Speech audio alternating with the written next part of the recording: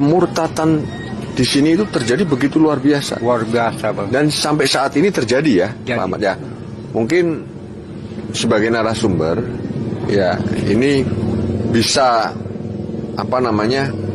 memberikan kesaksian yang tentunya kalau saya kan nanti dikira saya fitnah, ya kan? Wah, begini ya. Ini saya kepada narasumber sendiri untuk memberikan testimoni.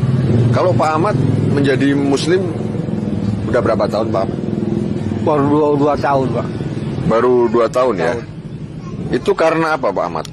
Karena hanya Allah yang satu menolong kita. Menolong ke masuk surga. Kalau Pak Ahmad yakin nggak Yesus itu Tuhan? Enggak, karena Allah itu manusia. Masa ada Tuhannya disalib? Tuhannya disalib. Siapa yang menolong kita? Kalau bukan Allah. Ya. Assalamualaikum warahmatullahi wabarakatuh. Alhamdulillah masih kembali di channel saya. Terima kasih kepada sahabat muslim masih setia menonton dan dukung menyaksikan konten dari channel ini. Silahkan dukung channel ini dengan cara tekan tombol subscribe-nya dan bunyikan tanda lonceng. Sebelum masuk kita pembahasannya, perlu saya ingatkan seperti biasanya di sini jangan pernah memfitnah, menghujat atau menistakan agama orang lain. Lalu bagaimana kalau mereka memfitnah agama Islam? Kita luruskan supaya tidak ada saudara kita yang tersesat. Jadi buat sahabat muslim, seperti yang kita ketahui sekarang ini, murtad masal ini satu kampung ini lagi sangat menghebohkan. Nah, itu terjadi di Cianjur. Banyak dari mereka mengatakan yang murtad satu kampung ini mendatangi gereja ingin dibaptis, kemudian menerima Yesus katanya sebagai Tuhan. Namun di sini perasaan saya ada kejanggalan. Makanya saya cari videonya sebagai bukti, karena saya tidak berani berbicara tanpa bukti. Tapi kalau saya berani berbicara itu kalau buktinya ada. Alhamdulillah saya sudah dapat di sini buktinya, apa penyebabnya satu kampung itu murtad dan kenapa mereka itu murtad. Jadi buat sahabat muslim bisa simak video ini sampai selesai. Setelah itu kita akan baru berkomentar kenapa orang ini bisa murtad. Silahkan simak video ini sampai selesai agar tidak salah paham. Bagi yang belum subscribe, silahkan di subscribe dulu. Kalau Pak Ahmad asli orang sini ya? Lahirnya sini. Nah, jadi gini, saudara, beliau ini asli orang sini. Ya artinya orang apa ini, Sendang apa? Sindang Jaya. Sindang Jaya, tidak diragukan lagi beliau ini asli orang sini. Kalau gereja-gereja ini ada mulai kapan sih? Mulai Pak Ahmad lahir udah ada ya? Udah ada. Sebanyak ini? Sebanyak ini. Memang sudah mulai lahir sudah banyak? Udah banyak. Kalau yang gereja-gereja yang gede itu baru atau? Itu baru. Yang gereja Kerasulan baru? Kerasulan baru. Persatuan baru. Kalau yang baru ya gini, maaf, Pak Ahmad sekarang umur berapa? Umur 48. Seingat Pak Ahmad, mulai Pak Ahmad lahir itu, yang gereja baru berapa sih ini? 3 ya? 3. Nah, jadi saudara, kurun waktu 48 tahun itu, atau mungkin di atasnya itu udah ada gereja, 3 gereja. Ya. Coba diingat lagi, bener 3? Bener. Jadi yang lama-lama, rata-rata semua lama? Lama. Kalau menurut sejarah, lama ini mulai zaman Belanda atau bagaimana? Ada yang zaman Belanda gereja Protestan. Zaman Belanda itu di Palalangon. Palalangon itu mana sih? Di sebelah Celincing. Jadi ini masih ke sana atau? Masuk ke sana. Oh, itu masih ada banyak gereja lagi di dalam. Oh, ini memang wilayah Kristen ya ke sana? Wilayah Kristen. Kalau yang di Ciranjang itu yang disebut sini nih? Ini. Bukan Ciranjang sana, bukan? Nggak ada lagi? Bukan. Ya ini yang dimaksud ini? Iya, maksud ini.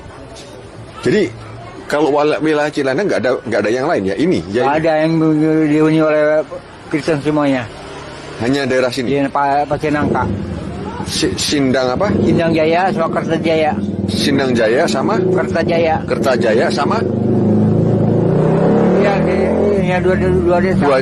Dua desa itu ya. Kalau di total kira-kira berapa sih Pak Ahmad gerejanya antara Sindang Jaya sama tadi mana? Ada di Ciranjang. Sini aja tadi saya hitung ya. Ada 12. Di sini 10. 12 ya. Yang di sana 12. Sekitar 24 berarti ya. Iya. Itu yang mungkin kelihatan itu ya. Kelihatan ya. Yang nggak kelihatan ya mungkin bisa lebih. Jauh lebih. Bisa lebih. Ada rumah yang dibuat gereja ada. Oh, belum termasuk gereja rumahnya, saudara. Belum termasuk gereja rumahnya. Nah, sekarang begini.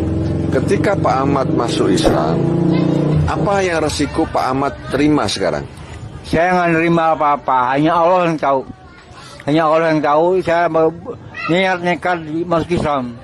Dan saya sama keluarga nggak di CPU duit atau uang, nggak, kekayaan nggak ada. Udah nggak direken ya? Nggak direken, karena dia nggak hilang keluarga, Anak yang terhilang. anak hilang.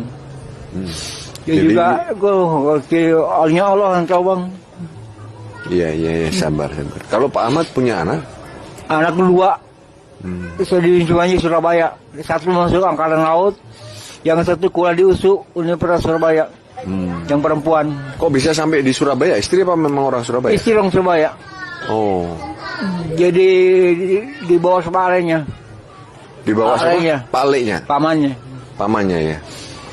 Kalau istri udah meninggal, Oh, waktu tabrakan di Cipanas sama bis ya. Tabrakan di Palangon, Cipanas paket. iya.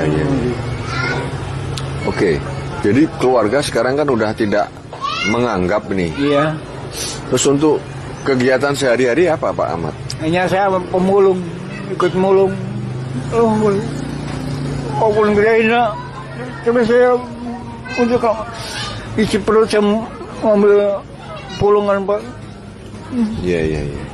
Jadi memang orang berislam ya hijrah itu sekali lagi nilai perjuangannya, pengorbanannya besar. Ya, bukan enak-enakan. Ya sama, saya pun juga mengalami itu. Ya Pak Haji pun juga tahu, keluarganya juga banyak yang murtad seperti itu. Nah ini pertanyaan yang lebih dalam lagi.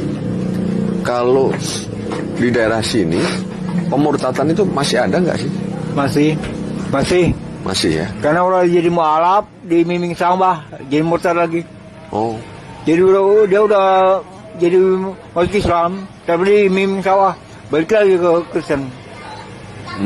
Kristen Agung banyak saya tahu. saya sampai sekarang itu pemurtatan ada. Masih ada karena di Miming kekayaan. Contohnya? Contohnya sawah. Di Miming sawah digarap dulu sama dia, baru dikasihkan udah 2 kali 3 kali panen baru dikasihkan. 2-3 kali panen, Baru dikasihkan hak milik dia. hak milik dia. Kalau lagi kecuali kalau orangnya mau ikuti jejak lingkungannya, ikut Kristen. Oh, Aduh, Brahman dari. berarti ada bosnya tuh. Ya ada bosnya orang Jakarta. Oh, apa mereka dari dapil sini? Dapil ini. Pamannya kerja di Jakarta, jadi kayak dia sekarang dapil lah. Dapil. Jadi banyak duit ya? Banyak duit ya, karena dimiming duit ya harta. Dimiming duit, dilihat duitnya banyak, asalnya banyak, luas caranya baru dia masuk. Kan suatu keanehan bang. Kok gimana seorang bisa dibeli dengan harta sih? Pak Haji, aneh Pak Haji. Itulah kan seorang murtad, bukan mualaf ya, murtad ya. Aneh gini, udah jadi mualaf, kok mau bisa balik lagi ke Kristen? Aneh. Mualaf kembali lagi ke Kristen. Ya karena duit. Iya bang. Dan nggak mau susah. Ya dalam Islam kan kita berjuang. Tapi nggak ada istilah yang ulama atau ajengan yang ngasih pelajaran sama dia, beliau nggak ada menurut saya. Tetap aja nekat. Walaupun saya dibenci. Gini, oke. Bapak Ahmad kan orang sini, tahu persis ya apa yang terjadi di sini. Iya. Terus pemurtatan ini, apakah tidak ada yang menegur? Nggak ada. Anjengan di sini, Nggak ada. kiai di sini, Nggak ada. ustadz di sini. Nggak ada.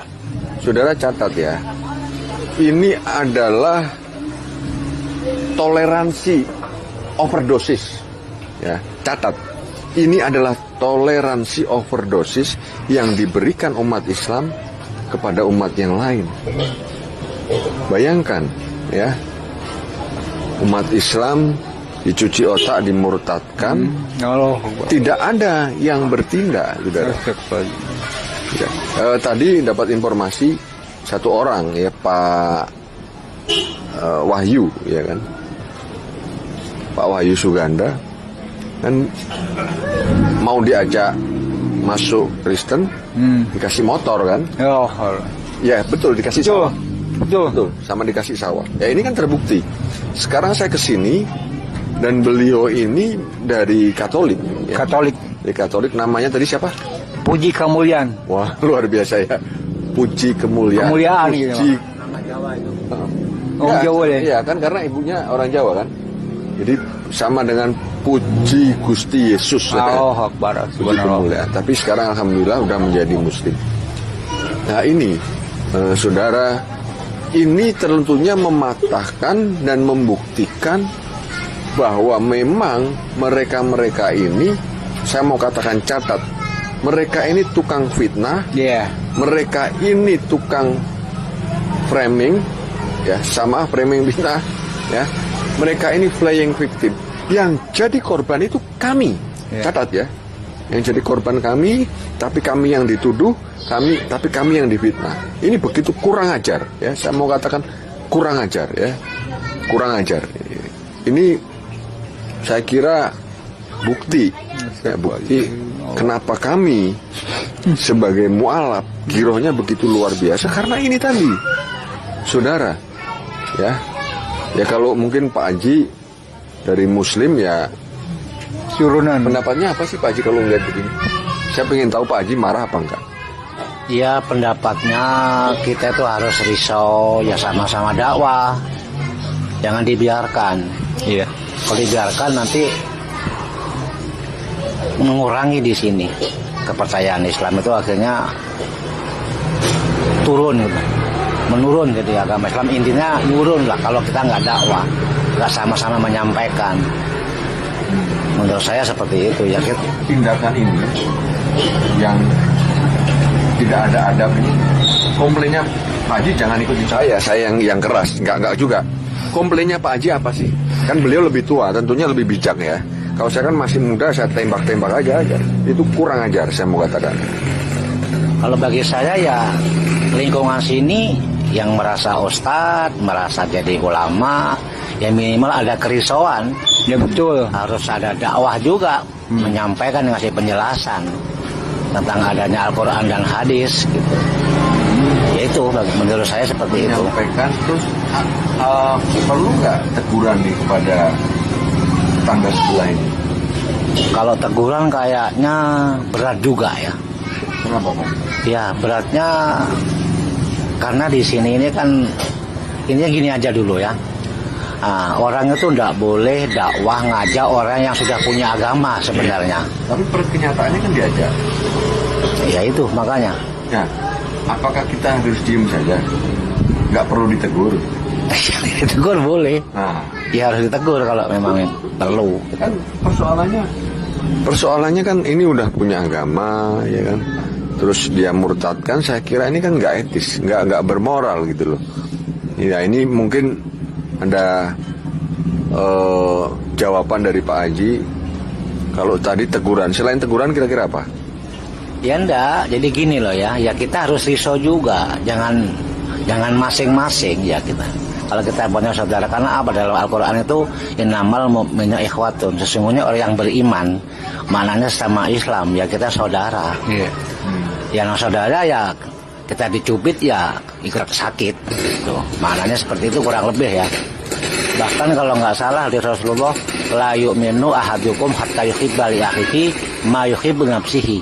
Tidak sempurna iman salah seorang di antara kalian, dijamak semuanya, orang laki perempuan tua muda. Ya kan? Nah, sebelum memberikan orang lain seperti saudaranya sendiri. Tidak sempurna iman. Si masalah seorang sebelum mencintai saudaranya seperti mencintai diri sendiri. Maknanya seperti itu. Bagaimana untuk mencintai? Ya dakwah. kalau saudara kita keluar dari iman kita, ya kita ya harus risau gimana caranya. Dakwahnya bagaimana? Amar ma'ruf nahi mungkar. Iya, amar ma'ruf nahi mungkar. Amar ma'ruf dulu. Jangan kita intinya jangan diem-diem. Seperti itu bagi saya, ya kan. Ini luar biasa jawaban plus dalilnya ya. Jadi ini menjadi bentuk keprihatinan kita.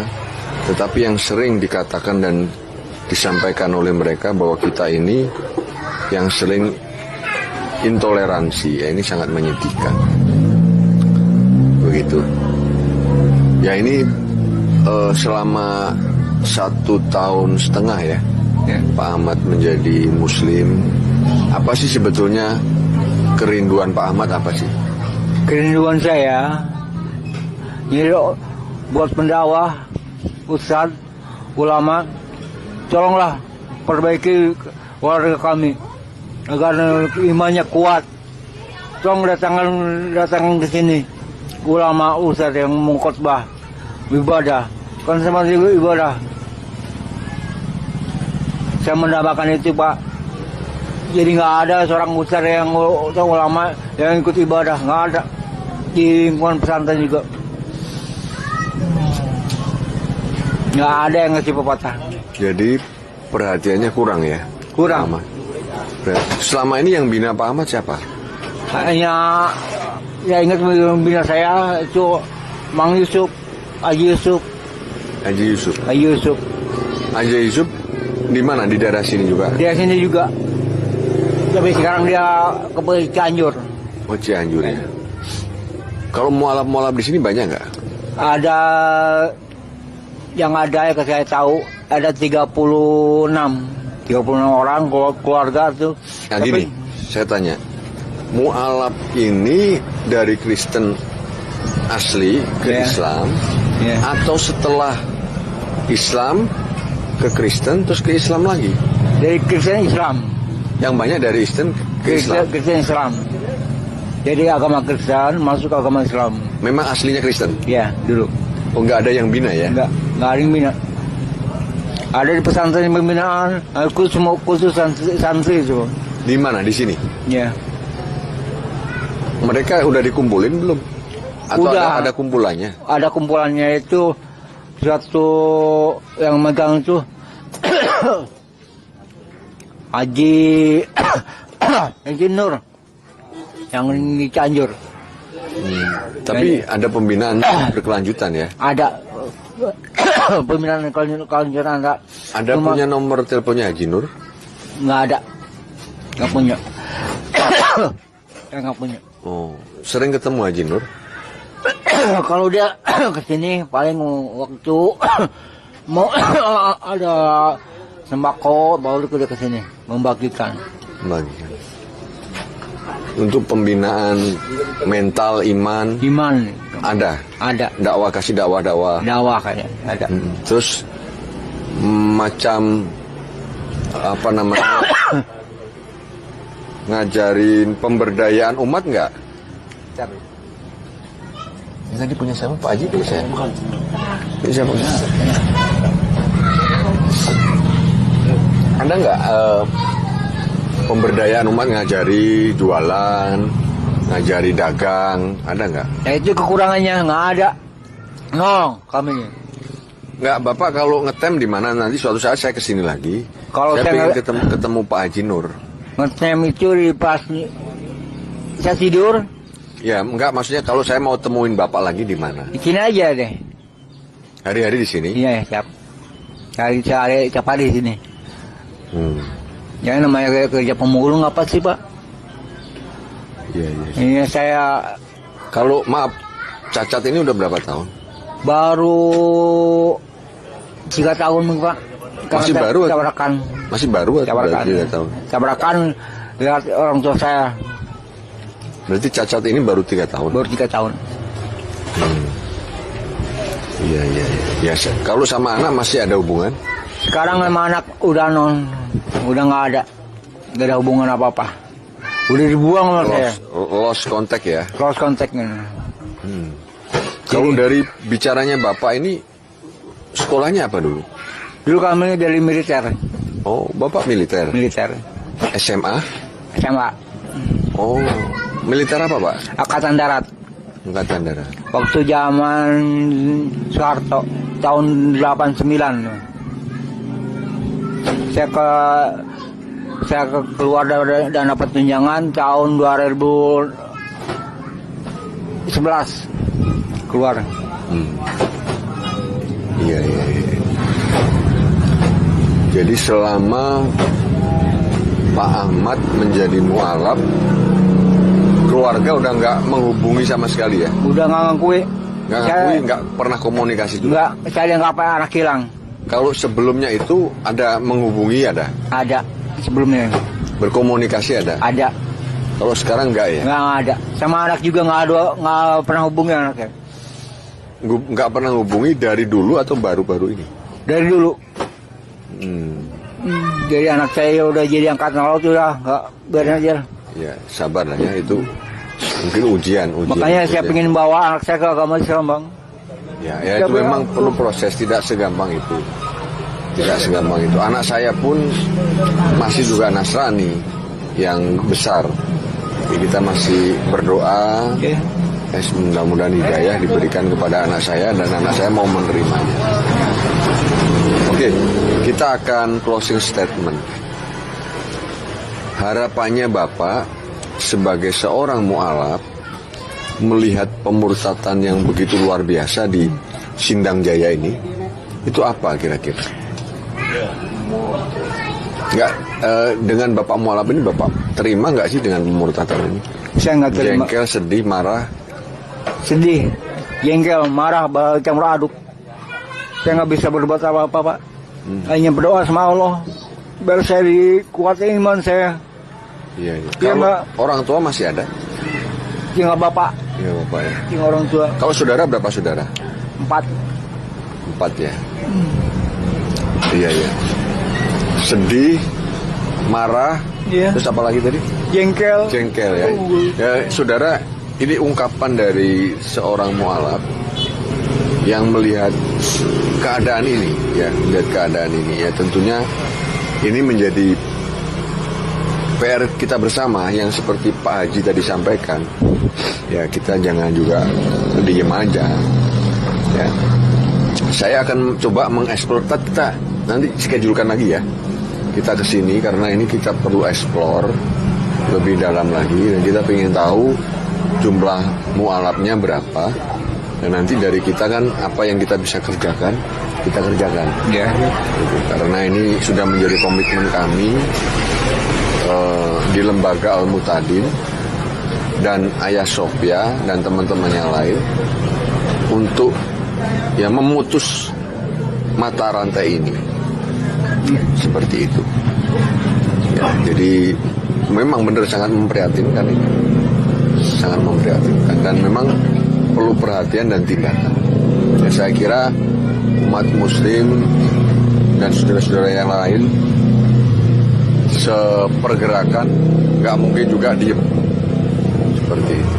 Ya sekali lagi terima kasih untuk Pak Ahmad. Mudah-mudahan ini menjadi ibroh, ya, menjadi kiroh bagi kita semua. Untuk itu tadi bahasa yang Pak Haji sampaikan, kalau apa Pak Haji? Melihat saudara kita tidak iman salah seorang di antara kalian sebelum mencintai saudara kita itu seperti mencintai diri sendiri.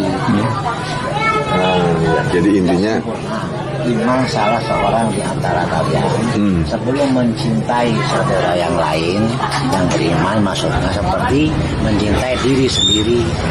jadi intinya kita orang beriman wajib mencintai saudara kita yang seiman. Iya. Tidak sempurna iman kita. Iman salah seorang di antara kalian juga semua orang Islam. Nah, semua orang Islam ya. Kita intinya saling memperhatikan, saling mencintai. Ya, saya kira seperti itu. Mungkin silakan disampaikan pesan terakhirnya Pak Ahmad. Saya mohon ke mualaf yang berada di Ciranjang, kuatkanlah imanmu. Ingatlah Allah yang mau tahu, hanya tahu ya, nasib seorang itu yang Allah. bukan di tangan Tuhan lain. Makanya saya berpengaruh, siapkan dirimu, mentalmu, fisikmu untuk berjuang di agama Islam.